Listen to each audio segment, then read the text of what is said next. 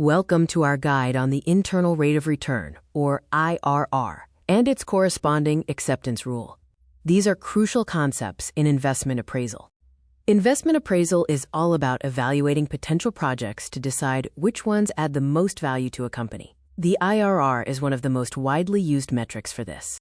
The internal rate of return, or IRR, is the discount rate at which the net present value of all the cash flows from a project equals zero. Essentially, it represents the expected return on an investment.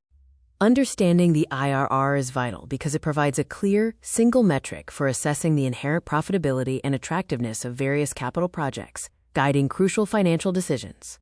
Calculating the IRR can be complex, as it often requires iterative methods or a financial calculator, since it's the specific rate that balances present value of cash inflows with outflows.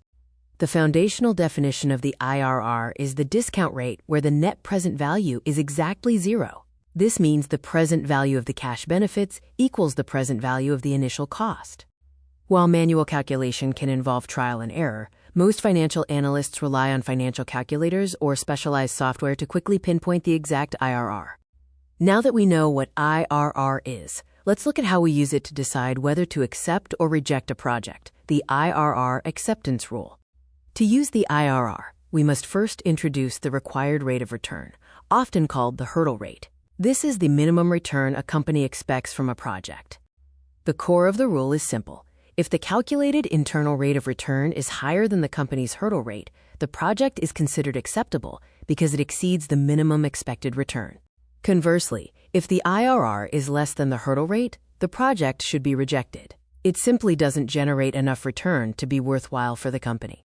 Let's walk through a quick example to see the IRR and the acceptance rule in action. Imagine a project with an IRR of 12%.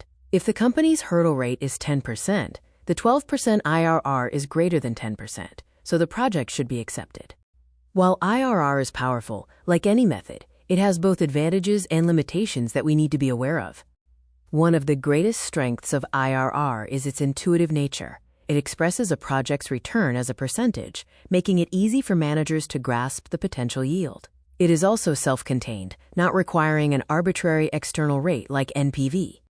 A major limitation of IRR occurs with non-conventional cash flow patterns, such as a project requiring midlife reinvestment.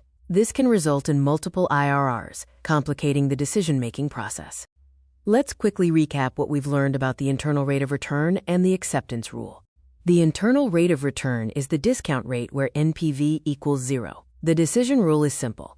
Accept if IRR is greater than the hurdle rate, and reject if it is less.